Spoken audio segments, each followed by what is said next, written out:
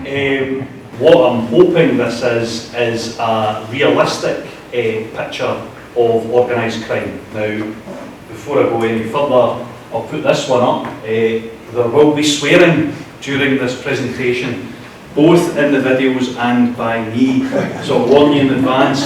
I am off duty, okay? So, Leo's not allowed to swear when I'm off duty. I wish I had a pint here, but I don't. Okay, but there might be a wee bit of swearing. But this is a sort of blend, and that's what I think, and Ross and I have discussed this before, what I think I bring to a degree is I'm a cop, but I can do academic stuff as well. And I think that over the next 10, 20 years, society's probably going to see a lot more of this, a lot more of police officers branching out and making new contacts into academia. So I've had a lot of deals with Liz, Ross, Colin at UWS in the last few years, particularly recently for students with Ross and Liz, and it's been great for me. And I think it's a great two-way street, and Police Scotland's really encouraging this, and Forces Down South are the same. During this, as you may have already gathered, I'll be informal, alright? Despite the time, I'll be informal, so if you've got questions, don't let me ramble on. If you've got a question, just ask. You need to go to the toilet, just go.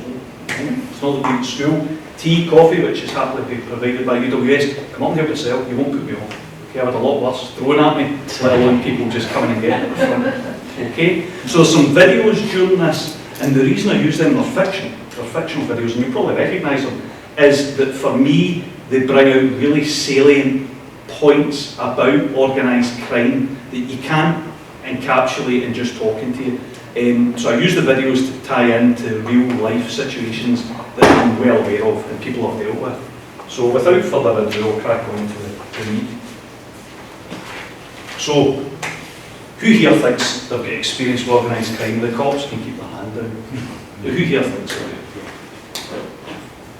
Exactly. Everybody in this room has got experience in organised crime because they've all bought something off a looky-looky man on holiday. Okay? Or you've indulged in buying something on eBay that you weren't quite sure about the provenance of. Okay? You trace that all the way back, it goes somewhere along the line into organised crime. Organised crime extends across society, not just in the West, but around the world. Okay? We all have some degree of experience of organised crime, even though we might not want to admit it. Maybe you've bought some drugs. So, is it a new phenomenon? No. Organised crime has existed since there were societies.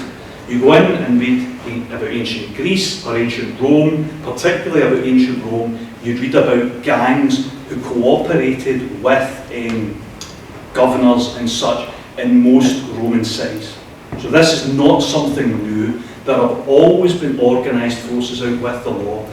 For any who's looking to do further reading after this, the most interesting people to read about are the what are sometimes called the assassins, also the Nizars and the Old Man of the Mountain, who were around during the time of the Crusades.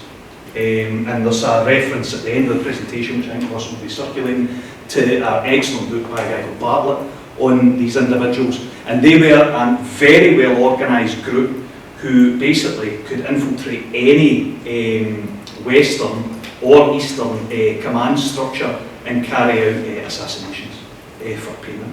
They're a really interesting bunch to read about, but it just shows you that this is something that's existed for a long time. And they're probably one of the earliest groups that most is known about. So, what is organised crime? Most people have heard of the mafia. And in the 1960s, Donald Cressy was pretty seminal in pulling together research on this. And this is the sort of thing, probably for most of your work, that you recognise, the hierarchical structure. And if you're talking about the mafia as emerged in the United States, you've got a boss, you've got the captains, you've got the soldiers underneath, and there's rank, and there's an understanding of role within that. Okay?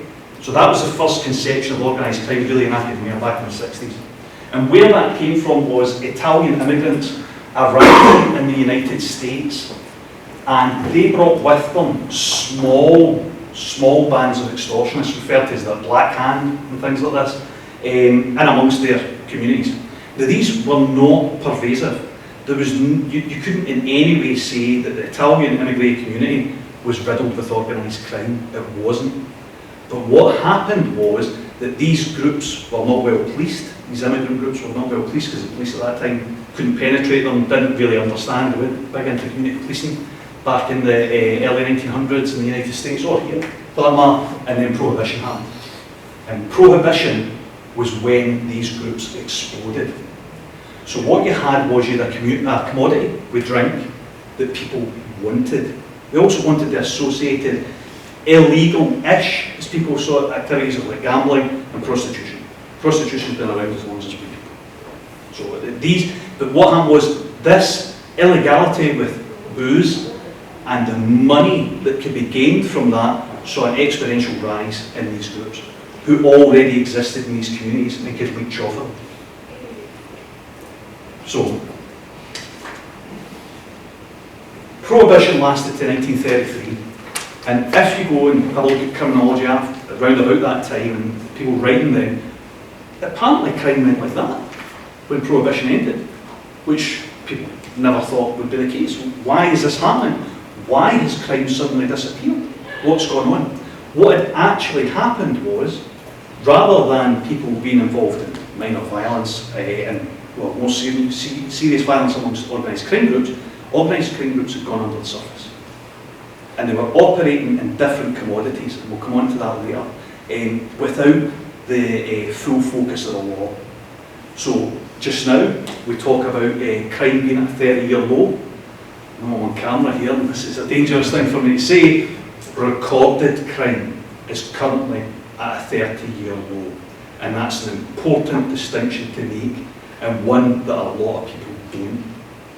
So when you hear people talk about crime being at a 30-year low, apply a bit of nouns to it and think, no, that's a recorded crime. And I'll come on to why that distinction makes is such an important distinction later.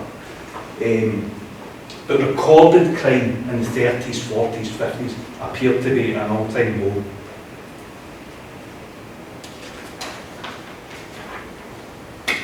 How many of you recognise that building? Down the other Clyde side? Yeah? That was where one of the main shipment areas for whisky to the United States during the time of Prohibition took place. So Scotland did have a connection into the United States, into the United States mafia from the 1920s, 30s onwards, and these connections still exist today. And I'll come back to that later in this, but it's just to show you that not a stone's throw from here was a big connection to the American mafia. Now, you've heard me talk about the mafia, but that's not really what my presentation's about, because to be honest, that's not what organised crime is. And this, with Daniel Craig and his cronies from Layer Cake, is a good exposition of what organised crime actually is, to a degree. If you bear with me a second, I'll play this. I don't think the organised criminals look like Daniel Craig. I'm sorry to say, and certainly don't in my experience, but you'll get my point when you see the video.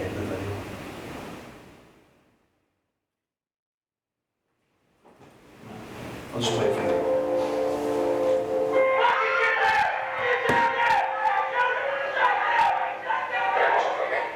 So that was the conception of organised crime. Hashish and LSD arrived on the scene.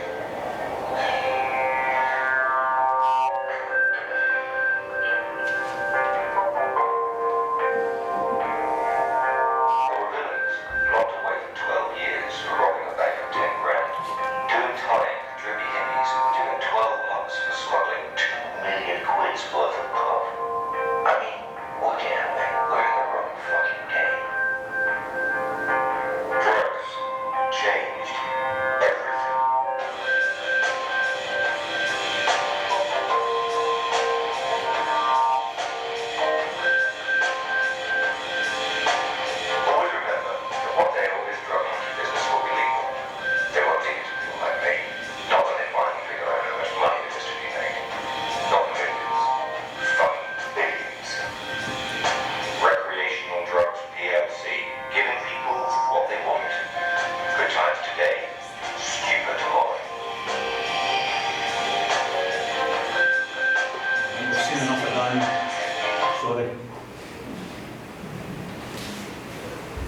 Now, the drugs bit is really interesting. And I'd ask you to bear in mind Daniel's bit at the end there, because in my view it was a bit ahead of his time. Come back to that later. So, the mafia did and does not fit the mould of most organised crime. Connections is what it's all about. It's not about a hierarchical structure. And this is now me talking about based on my experience. So I've investigated organised crime for years. It's not about having a boss and people under them. It's about people of influence who have people round about them that can do things. But the relationships between these individuals will change over time. There are certainly individuals who operate at the top level for a long time, but that can change, and they're very few, okay? The vast majority move about in a sort of morass. In one operation, one drugs operation, they might actually be out in the street, and the next they're involved in meeting somebody to arrange a kilo deal. You know, they move about very much from level to level. They're not stable. Albini's definition really captures this. I mean, you look at the date, 1971, but it's still really, from my point of view, really stands the test of time. And it is for me, and I've read quite a lot about this, still the cornerstone, in my view, for organised crime. So organised crime, rather than a criminal secret society, a criminal syndicate consists of a system of loosely structured relationships functioning primarily because each participant is interested in furthering his own welfare. And really, again, for stuff we're going to go into there, that word, welfare, it's not profit. Okay? It's not profit. And that is really, and maybe we should highlight that for the future, because that word's really important. Because people get obsessed about money with organised crime, and it's not about money. Money's important, but it's not about money. And I'll come on to that in a minute. So, what's going on in society? The collapse of the Soviet Union. That threw everything up in the air. So the connections that existed, the routes for heroin, primarily from Afghanistan, through Soviet Union and such, they all disappeared. And everything changed. Pretty much overnight for organised crime. And if you read Misha Glen's Mafia, which the popular television programme was about, that captures a bit of this. That changes that happened within organised crime structures. And in Northern Europe in particular now, legal and criminal business partners develop pragmatically along trusted networks of friends and connections, like the guys in the jail from Daniel Craig's video. That's very realistic. And what they've got, and this we need to get in your mind, is they've got trust through shared experience of incarceration. So that's how they get to know each other. They know each other through being in jail together, and pretty much as you see in a lot of films, that builds trust for them, because they know they're not a police officer infiltrating them. But we'll come on to other things that affect those relationships. So, what we're talking about cash-wise, the Italian mafia in 2012 made £116 billion. That is a lot of money. You think what that does to Italian society? With that amount of money being sucked out of the white economy into the black economy. You hear about corruption in Italy. When you see that bigger, that really brings it home to you. UK, we've got it from the NCA's estimates, nowhere near as bad, but that's a lot of money as well. This isn't chicken feed we're talking about, this is a massive part of the UK economy. 181,000 people, the NCA estimate, involved in serious organised crime in the UK. Twice the size of the British Army. Again, you're talking about a lot of individuals. A lot of money, a lot of individuals. 37,000 active organised criminals, 144,000 registered in the most harmful sexual abuse, dark websites. The agency says insisting its estimates are conservative, and I'd agree with that, and not scare tactics.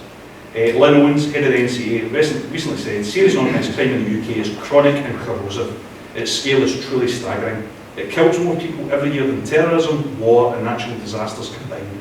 Serious and organised crime affects more UK citizens more frequently than any other national security threat. And just before I go on from that slide, I'd really come in at the back of that and say that's right.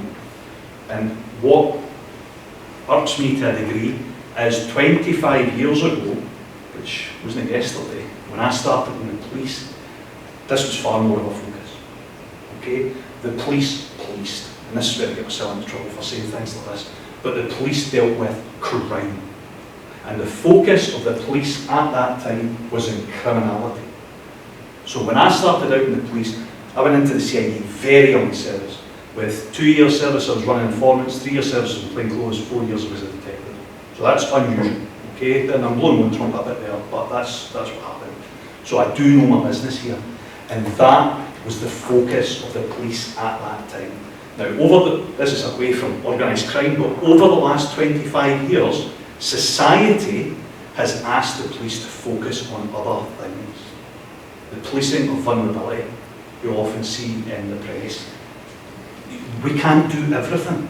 And the further we move away from policing criminality and move into policing vulnerability, mental health issues, and let's face it, social cohesion issues, essentially, because there's no one else to do it, we ain't focusing on this.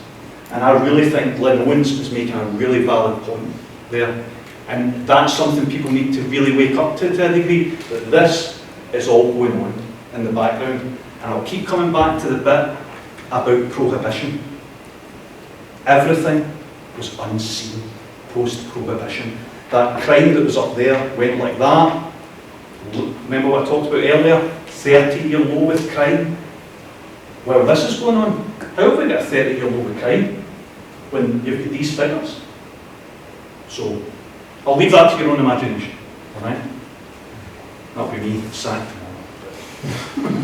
There you go. Now, what I would like to get across during all this is how I perceive, it's my perception, my opinion of Martin Gallagher, not the opinion of Police Scotland, how organised criminals make decisions. And it's not just based on Mario Puzo's The Godfather. We'll come on to where this features, but this is a really good way to penetrate into a fictional example that ties into reality. Bear with me a second, look at this one. More money potential in narcotics than anything else we're looking at. And we don't get into it, somebody else will. Maybe one of the 5 families, maybe all of them. Now with the money they earn, So this is a discussion again into the heroin trade power, from The Godfather. then they come after us. Now we have the unions, we have the gambling, and the best things to happen. Narcotics is a thing of the future. If we don't get a piece of that action, we risk everything we have. I mean, not now, but 10 years from now. So, what's your answer going to be, Tom?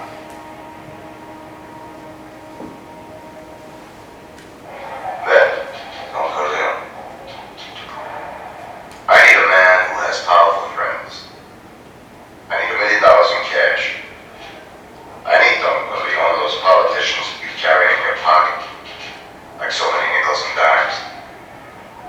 What is the interest on my family? 30%. In the first year, your rent should be $3-4 million. And then it would go up. Now, what is the interest on the dad in that? My compliments. I'll take care of it, Thomas. How do I share? So I receive 30% for finance, political influence, and legal protection. That's so tough. That's right. Why do you come to me? Why do I deserve this generosity? If you consider $1 million in cash, just finance. Salud, Jorge.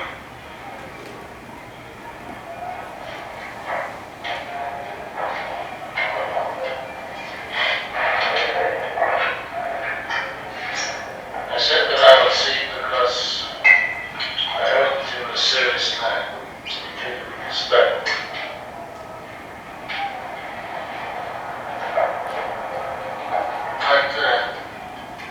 But I must say no to you. I'll give you my reason. It's true, I have a lot of friends in politics. But they wouldn't be friendly very long if they knew my business was drugs instead of gambling, which they regard as harmless vice. Drugs is dirty business. It doesn't make any difference to me what a man does for a living, you understand? But your business is a little dangerous. If you're worried about security, the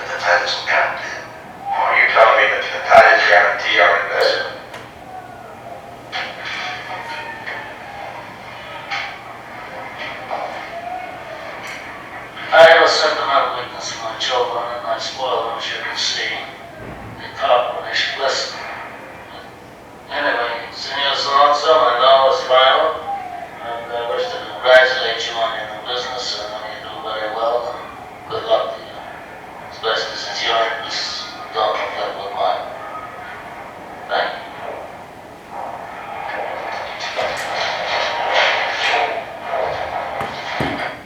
So, why am I showing you? All of this is good for. What it illustrates, and what will come on to about reality, is criminals, and it really captures it, and this is my experience, criminals weigh up their decisions. It's not just about money. And this really captures it in a sort of fictional sense, the factors that he's considering. He's considering his role with politicians, with judges. He's considering how the commodity would look and affect his reputation, that we'll come on to later, as a deciding factor, I think, for organised criminals. It's not just about money. So it's a fictional capture of it. He gets shot after this film, doing the deal with him. But, and that's in the Godfather. But that's what it is. It's a consideration that has a number of factors at the back of it. So, another really good example of this, and I don't know if anyone's recognised that gentleman, that's Tony Soprano. Hopefully a few of you recognise him. And we're going to show you a clip with him. But before I go into that, I'll just read out this quote, which is really good. Desroche provides a good starting point in furthering our understanding when he considers top-end illegal drug suppliers, right from that. Like business persons engaged in illicit markets, dealers are rational actors, okay? They're not different fundamentally from you and me. They're rational actors who focus on profit, seek out economic opportunities, take into consideration the competition, are careful with their money, and attempt to minimise this. I love it, the quote. And are there limits on how far we'll go? Well, in this clip, Tony Soprano is considering cooperating with the FBI, which is very much against his code. And I'll let you see it, and then I'll explain what I take from it. Good work. Can't complain. Pretty good. Bill Leotardo. My first assignment on the academy was in Brooklyn. Never cared for him. Tried to set up this other rookie female for rape and beating. The subject we talked about. If I was to know something possibly ever related and help you out, could I bank the result in goodwill? Well, what happens is... And this is what they do. This is very true to reality. Document setting point of view of operation and service. This letter be placed in your file, and if you ever convicted of a crime, it can be presented to a judge when he or she would be considering sentencing guidelines.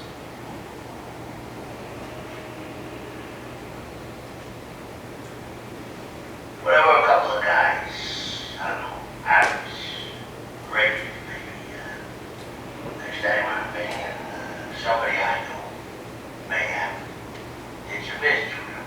Right, Ford? Per se. But the boys, they used to be on all the time, these two, drinking and trying to tip off the girls, whatever. And they're selling it as a big, I mean completely.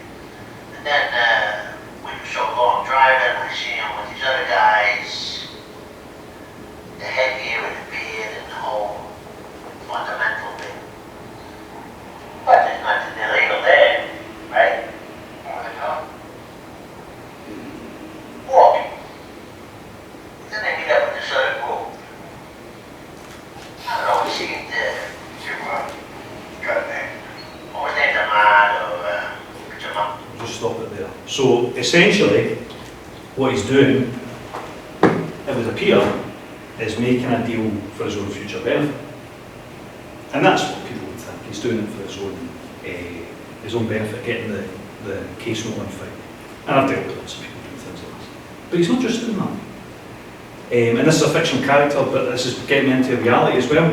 He's also an American who's had a number of airliners fly into buildings and kill thousands of his compatriots. And this is where people fall down when they think about organised criminals. They see them in one dimension. They see them as evil. Okay? They have this conception of them. And I'm not here to be their friend, right? I'm not here to, clap for organised criminals. But the fictional character and the people I meet in reality, or did meet in reality, leave it removed from it now, are not one-dimensional. They have some of the same feelings about society as a whole as you do. The value set is slightly different, it's not massively different. The vast majority of them are not psychopaths or sociopaths. They're just people that do things a wee bit differently from you and me. And that's, if you're going to be dealing with organised criminals, researching organised crime, you really need to hang on to that. They're slightly different, not massively different, and they have different red lines. So, as I said earlier, I don't believe it's just about the money. A quote that started me off really down this whole line when I was at St Andrews is, "The mafia will help whoever can pay." And that just was so contrary to my policing experience of about 17, 18 years at that time that I started researching this. And I think that, as I say, there's a lot more to it than just money. So I'm going to talk. Has anyone got any questions at this stage? Yeah, so you can throw things at me as well. Right, Operation Mitre, the most expensive operation undertaken by Lothian and Borders Police. Right? It cost the most we ever did, and it was an organised crime investigation. And fortunately for me, I was at the heart of it.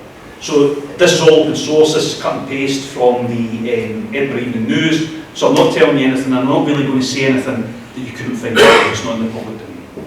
So what happened during this time in Edinburgh was a group of organised criminals had expanded to the extent where they could source their own heroin from Liverpool.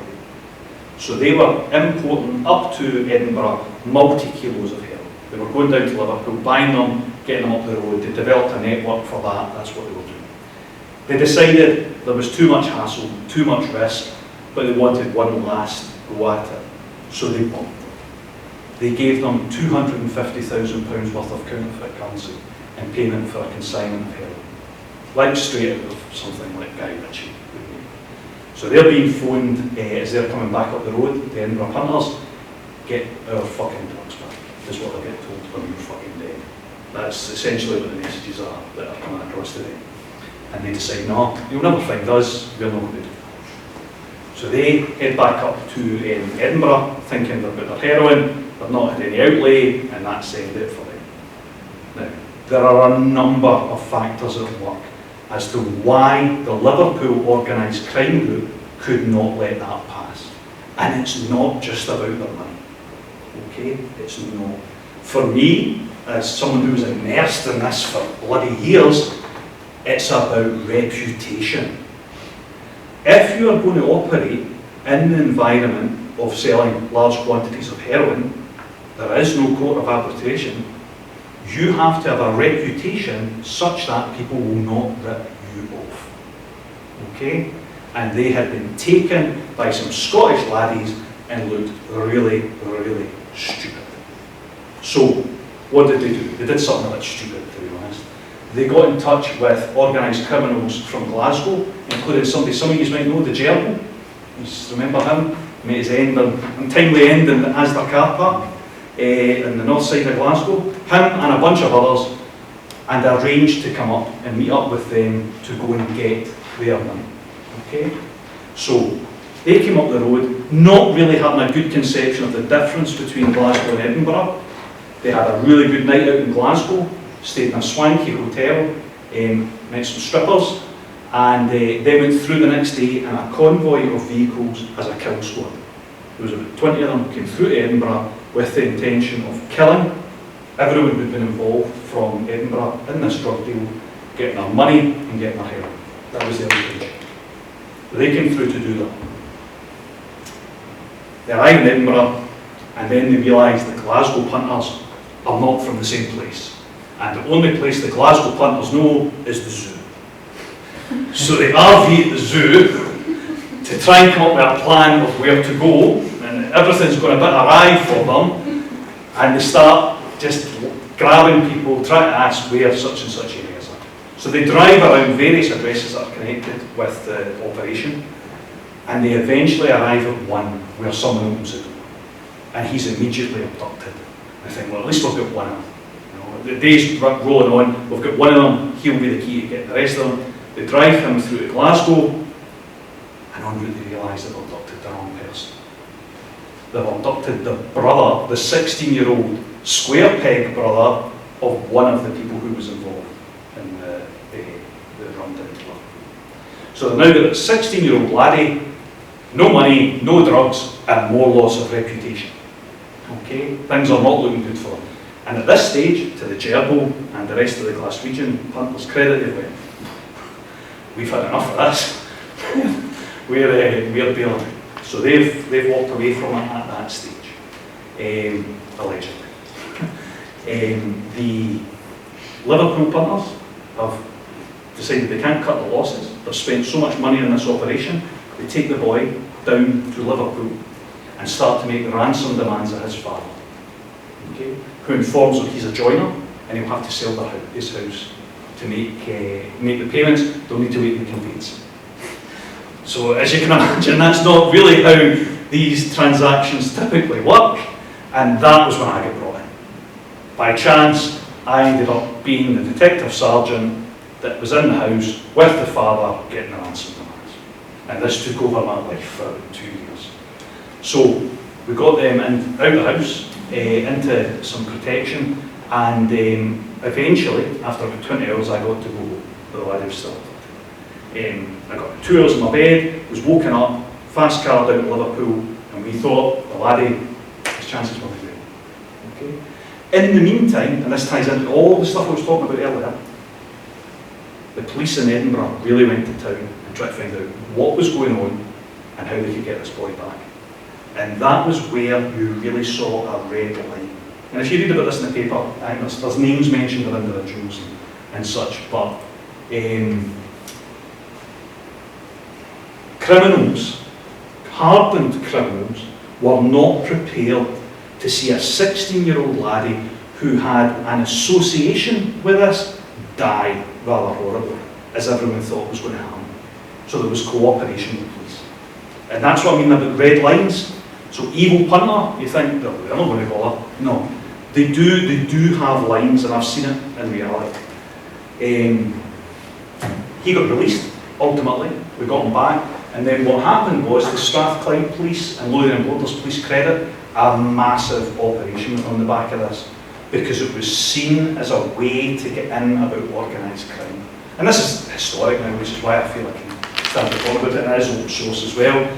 This was to get in about what charges could be liable out of this. Now, ultimately, unfortunately, the Gerbo got murdered and got blamed at the trial, so that was the end of the abduction case. But we get loads of drugs offences out of this. And that's the thing, when you start looking into the network piece, it's what else are they up to?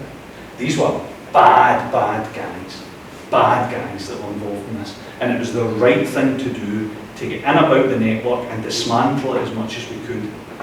Without covert resource, this was open resource, this was detectives going about. I sat in a hotel in Glasgow with a guy who later I learned was about 7 levels removed away from the street. He drove his Porsche.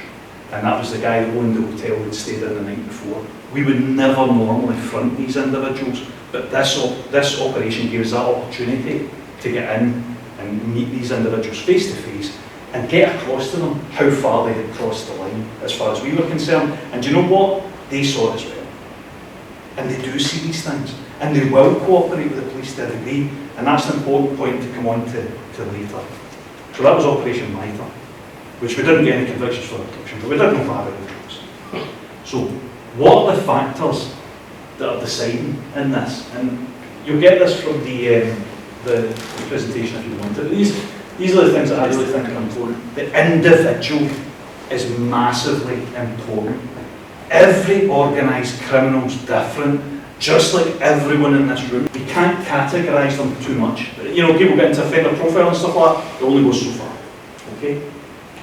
Everybody's red lines are different, how far they'll go, but everybody's got them. Everybody's got red lines. Some will want notoriety and adulation, some won't want anybody to know what their business is at all. and that's the different levels you have with them. Then you get reputation. And out of all the things I'm going to put up here, I think reputation is the most important.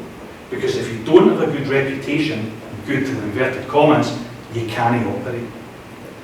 If you are not seen as credible in the organised crime fraternity, or trustworthy, with different ideas about trust, but trustworthy from their perspective, you will not be able to operate. Because people just won't do business with you. It's as simple as that. Then you get distance. What I mean here is, the further away something is from your base of operations, usually the better. So if you think about somebody supplying an illegal commodity like a firearm, right? And I'm just using this as a hypothetical, this isn't real, hypothetical. If the firearm is going to be used a great distance away from where it's provided, they are more likely to provide it. And the factors that might affect that provision will be lesser. Whereas if it's going to be used close to the place of source, there's more likely to be more concern round about its use. That's what I'm doing. They still want to make money. Okay, they do want to make money. Yep. So you see that point you're making on distance there? Yep. That kind of conflicts with my notion of like knowing organised criminals in Glasgow. Yep. Say for example, like Arthur Thompson, the Daniels, the Anglers, yep, they all live right in that community. But they want the notoriety and they want the adulation. So the distance reverses there. Do you get what I mean? Yeah. So if you're someone who doesn't want people to know your business, you want to be far away. Right? This comes from stuff I've done with terrorism and organised crime, where if you were a loyalist, right, and you're cooperating with a Republican group in Northern Ireland, well, as long as nobody's going to find out and it's far enough away and they're going to be protected, you get what I mean? Whereas what you're talking about is bang on. If you want the notoriety, if you want to be walking about and everyone thinks you're the king, then the distance is you want it right on top of you. Do you know what I mean? Yeah. So, and thanks for the question. So profit, they do want to make money, okay? But when you think of profit, you shouldn't just think about the money side of it, it's profit in terms of reputation. Is the action they're carrying out going to enhance their reputation? If that's what they're looking for as well. So it's not just profit about money, and then cooperation. In terms of relationships with others, how much is this relationship important to them continuing their operations? So if they're working with X and X is a nutter, then can they ditch X? In more than one way, can they ditch X? Because if X is really dependent on their, if X is really important to their workings, they can. If X isn't, they can get rid of it. So it's that balance. Going back to the clip from The Godfather about, do I need to work with Solozzo to continue my own business, or can I say, and he makes it call it this fiction. But that's what that's about. How much do I need to cooperate with other individuals?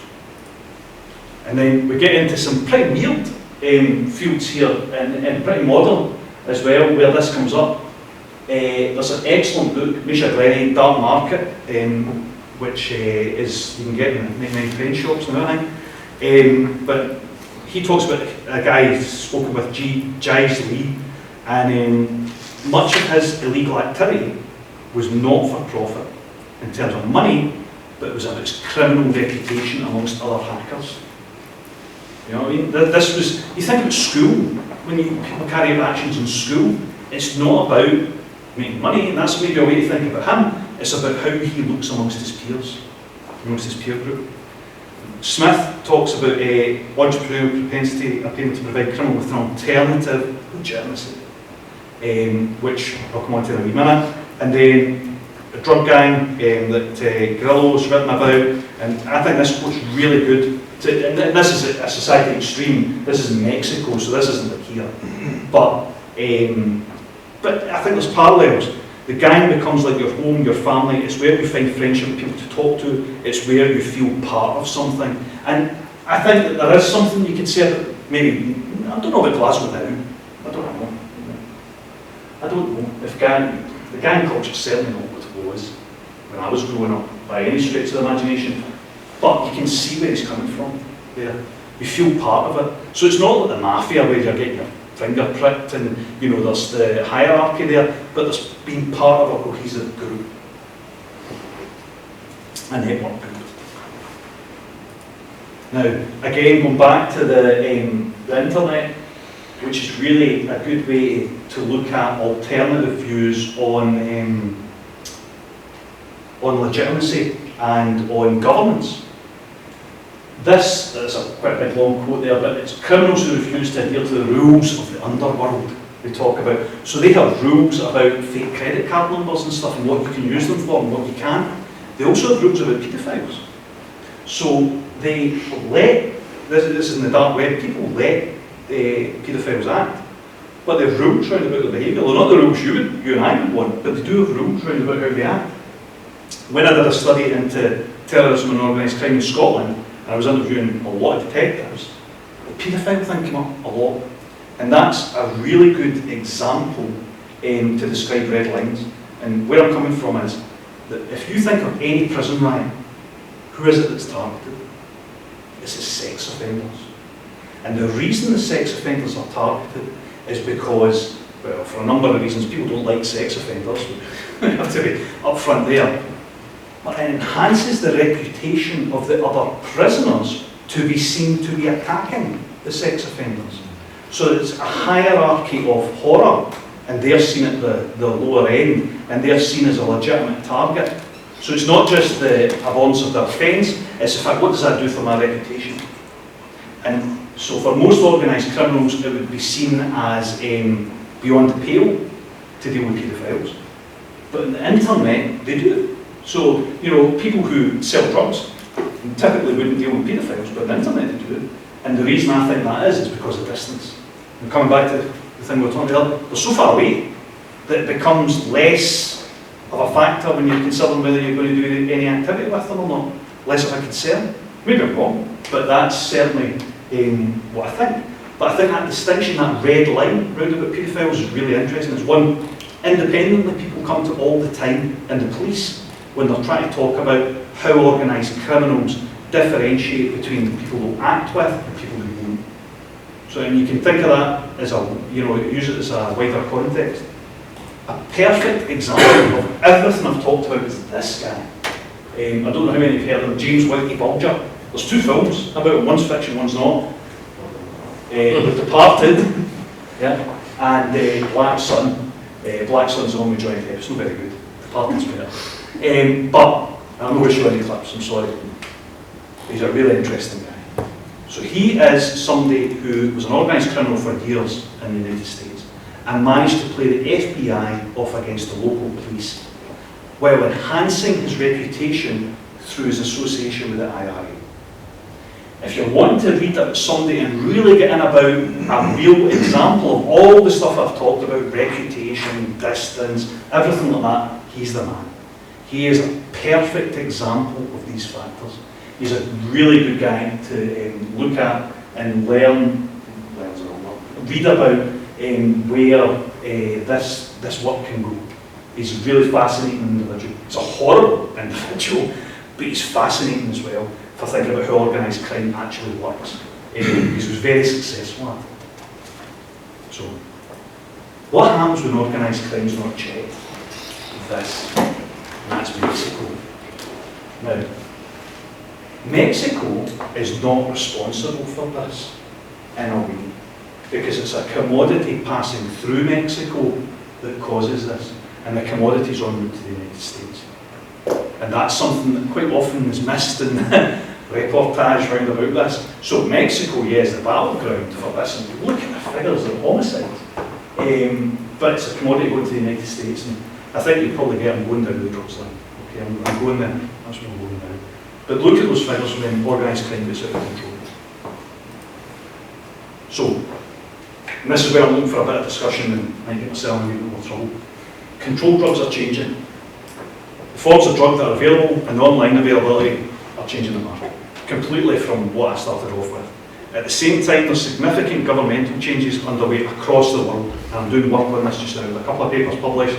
I've got a research grant bid in to do work on this because it's really interesting. I'm getting in touch with people. I get invited to go and speak in in Malta by the Deputy Prime Minister of Malta, but woe for me, the conference was on legalisation of cannabis. I didn't think I should really associate myself with that as a serving Chief Inspector of the Police in Scotland. But Amsterdam's approach to cannabis growth, so they've now legalised growth for sale, okay? And I think that is the direction of travel. Now I'm not saying this is very clear here, okay? Martin Gallagher is not saying this is the right direction of travel. What Martin Gallagher is saying is this appears to be the direction of travel globally, okay? A Labour government would launch a royal commission to review the legalisation of drugs, including cannabis, cocaine and heroin. That was in the paper 2 weeks ago. My slides are actually out of date now. At the weekend, Tommy Shepherd was talking about legalisation of everything in Scotland under an SNP government. So that was in the Sunday Times last weekend. I emailed Tom Shepherd off the back end, we had a wee bit of email exchange. His views are quite interesting.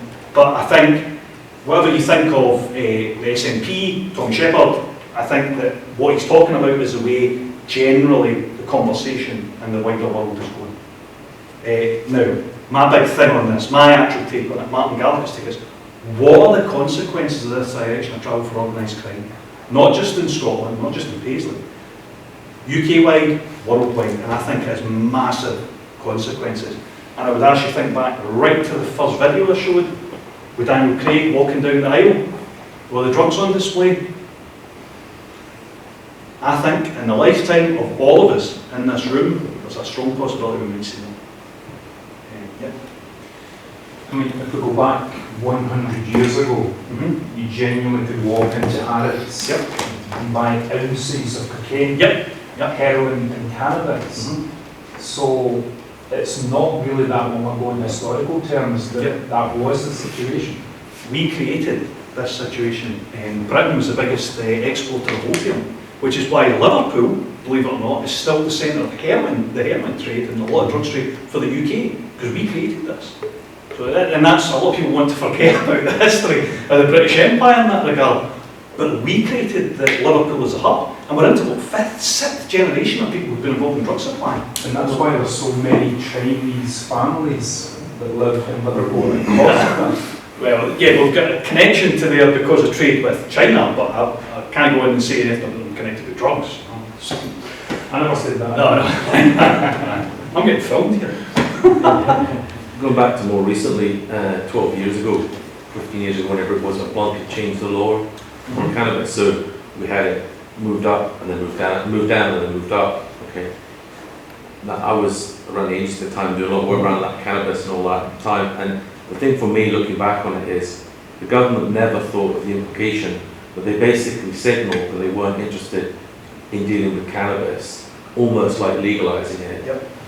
Before he changed the law, there wasn't a single cannabis farm in Scotland. Yep. By the end of the year, we were recovering 2 a day, right, okay, a year later, and we inflicted it on ourselves, so the implications of changing it are not thought out by the politicians, right, and when they put it back up again, now I had a bit of a Barney at a conference with then Home Secretary Charles Clarke and said, you know, you do this, but you don't think of the consequences for the police on the ground who have to police this day in, day out because of the changes, you know, and while all these things may change, they may think, well, that'd be fine for the business side of it, but they don't think about the implications on our community and the opportunities. And to me, organised crime just goes to any opportunity there is. We gave them, we signal, well, we're not interested anymore. They move in such numbers that we had 1,000 within of these places within 2 years. Yep, and that's, it comes right back to the title. You may have gotten out at a theme all the way through. The nuanced nature of organising crime. And it's that nuanced messaging is what creates the problems for us coming up. So in the United States, I haven't got slides on this, but we'll go on to my last slide in a minute. Please take it. In the United States, they've done this piecemeal with cannabis. And they've created crimes they never thought would happen. They didn't imagine. So you've got in one state, you've got people growing cannabis legally, and guess what's happening? They're exporting it across into the states where it's illegal. So you've got internal supply problems now that you didn't have before. And they have painted a massive target on the backs of the people getting into the legitimate cannabis trade, from the people who have been displaced from being cannabis dealers beforehand. So they are now, as I'm sure you can imagine, really taking umbrage at what's going on, to the extent where there's been murders in respect to this, and some of these companies are now employing ex-Navy SEALs to protect them from the previous dealers. So there will, I'm pretty much certain, there will also have been displacement. So the people who were dealing in cannabis aren't going to disappear. The vast majority of them, unfortunately, will not be able to move into legitimate business. Okay, they just don't have the skill set. Right? They don't have it. They've got to do something else. If you're not going wholesale with every commodity, you're going with one. The obvious place for them to go is into other commodities. Obvious. Now, I'm not saying I'm supporting research for that. That's what I'm wanting to do. But I think that that is an obvious thing to come up with as a possibility. That they'll move into other commodities, illegal commodities, to continue to act in the way they do, with established networks, their connections, everything like that. And you think back to the Daniel Craig film, that people think about money, because that's what will happen. They'll think, how can I make money in something else? And I'll expand on other things. And if we go wholesale, and we get rid of the lot, and I'm, now for the video, I'm in no way advocating this, but you think if we legalised a lot, you go back to what was it, 181,000 people involved in organised crime? I would say 90, 95% of them involved in the drugs trade. That's a lot of people to put on the door. What are they going to do? You think about the impact in our communities, here in Paisley, where I was area commander, and Ferguson Park, how much drugs pervade that community, and how much there are drug dealers, not just in Ferguson Park, all over the place, but there are drug dealers that are not going to be able to make money anymore. What are they going to do? And so you go back to the 1970s with the Daniel Craig thing with armed robbery, and move into drugs. I think you'll see a move into something else if this happens. But what that is, but no one's looking at this. There is no one at the moment looking at these possibilities. And it comes back to what you were talking about the unintended consequences of this, and where are we going? Well, no one knows. And that's why I get invited to the conference over in Malta, because let's face it, I'm not exactly an international celebrity, but they've not got anybody else that's looking at this. No one's researching this just now. There's no academics, there's no political institutions. It's a field that's going to open up, but there's no one in it just now. So I'll move on to... So what happened to the prohibition when the prohibition was removed in America? Where did the criminality go then? Well, they went into drugs then. That's where drugs comes from. And that's what I think we really have to be careful about here. That you might see, right? So we might see in our lifetime drugs being legalised, right? And you might not immediately see an uplift in crime. My contention would be, take the example of prohibition, it's because they're doing something else. And I can talk from my own policing experience here. When I started in Lothian and Borders, there was about a 20 strong checking credit card squad, okay, dealing with checking credit card fraud. And then suddenly no one was committing frauds with checks and credit cards. What did the police do? They disbanded the squad. What was really going on? People had moved on to the internet. And so now we are trying to catch up. This happens time and time again, and I come back to prohibition as being a perfect example of that, where the society recording crime doesn't see it. So recorded frauds went way down, so you get rid of the fraud squad. It's not because there's no frauds, it's because they're all on the internet. If you look at the prohibition of alcohol, Yep.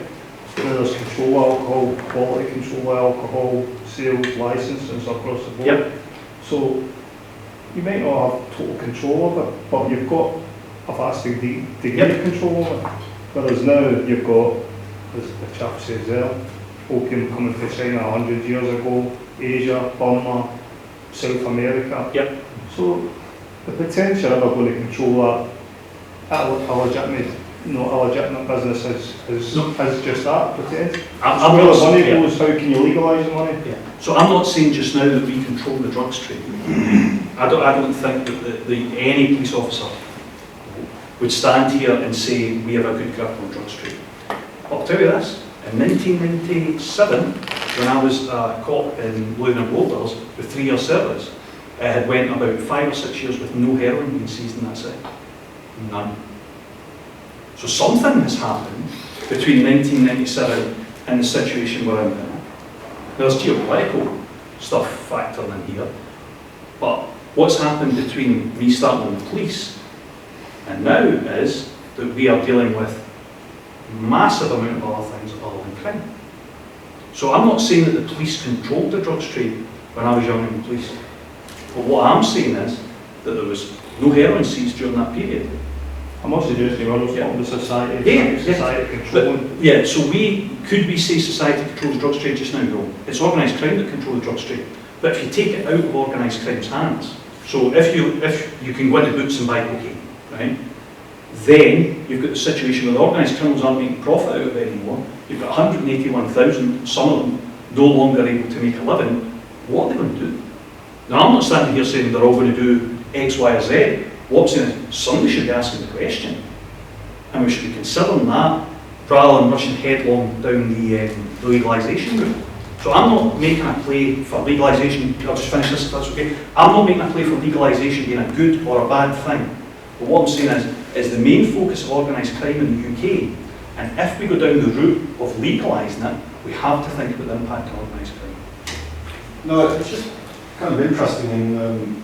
There is a interesting contradiction in prohibition, which is illustrated by prohibition in the States, is that actually prohibition had quite interesting kind of social consequences, because prohibition normalized what was previously a normal thing.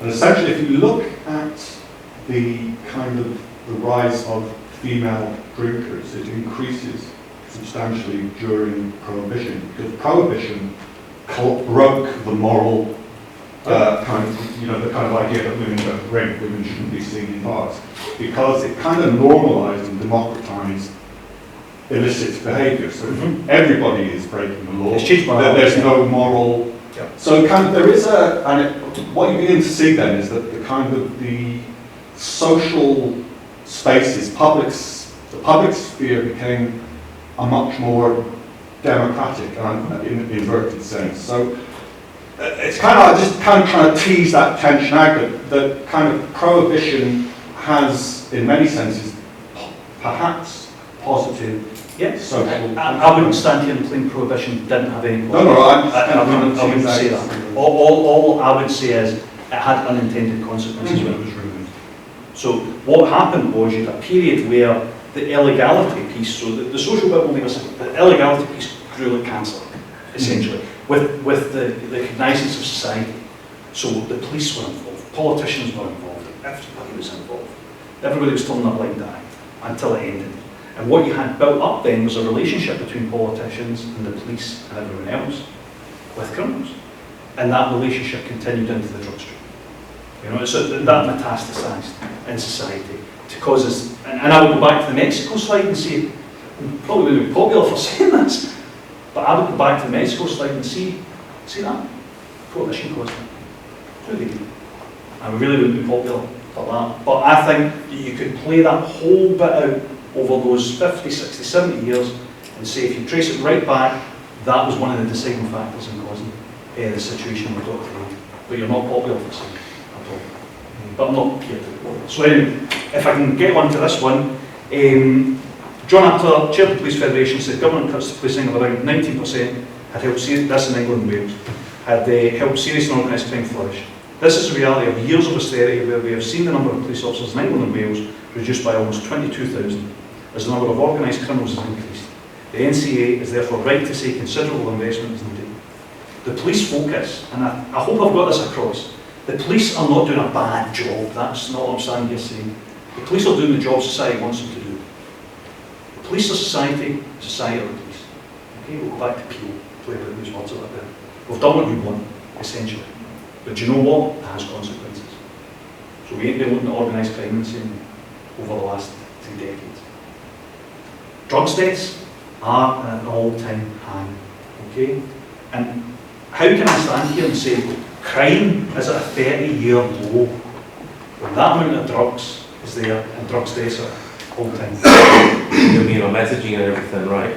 But the police numbers are cut in England, Not here. not here.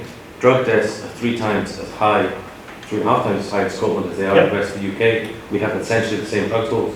Yep. So it's not just about policing and policing No, numbers. no, I wouldn't in any way. I know, but part of the thing is that, you know, there's this thing about numbers. You know, John Carneghan's here until we don't want more cops, we want more social workers. You know, but that the thing about drug deaths here. Yes, the stop search. You can't say if you do more stop searches, you're going to have less crime. They're not. They don't correlate like that.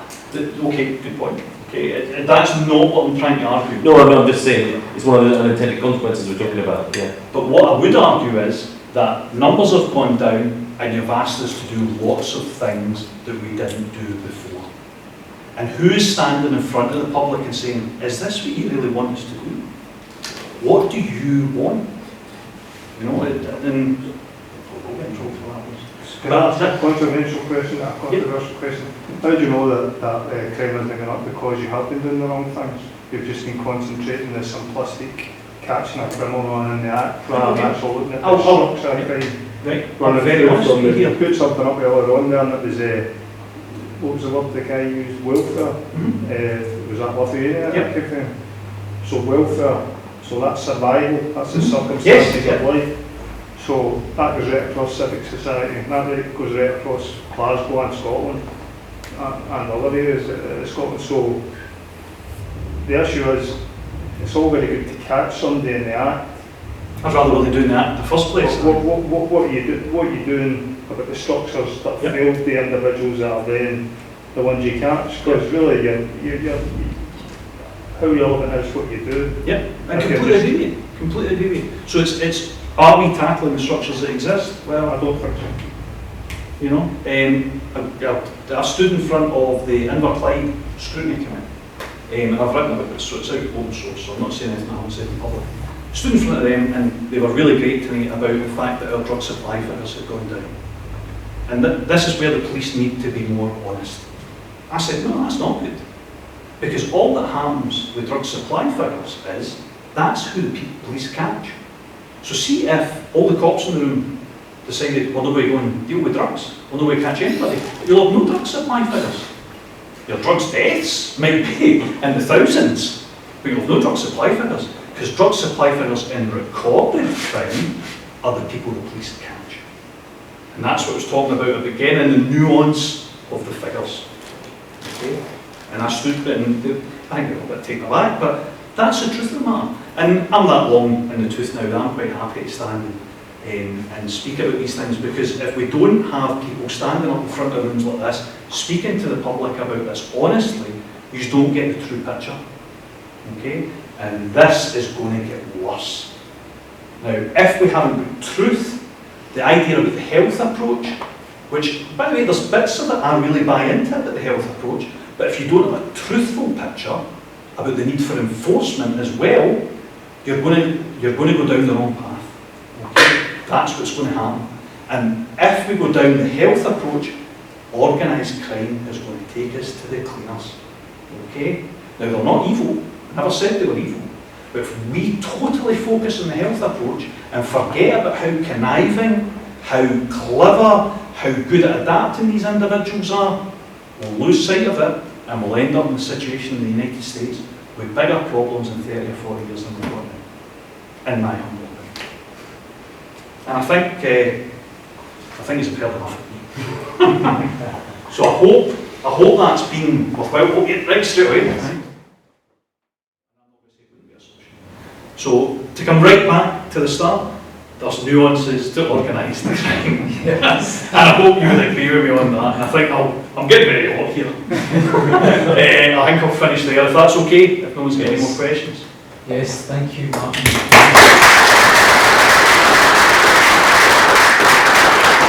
So, Martin's given us been a really interesting and provocative presentation, giving us lots to discuss in the debate. You're quite right, we need these forums to have these conversations. So We really appreciate you opening up that dialogue this evening. Thanks very much, everybody, for coming Thanks for along. everything.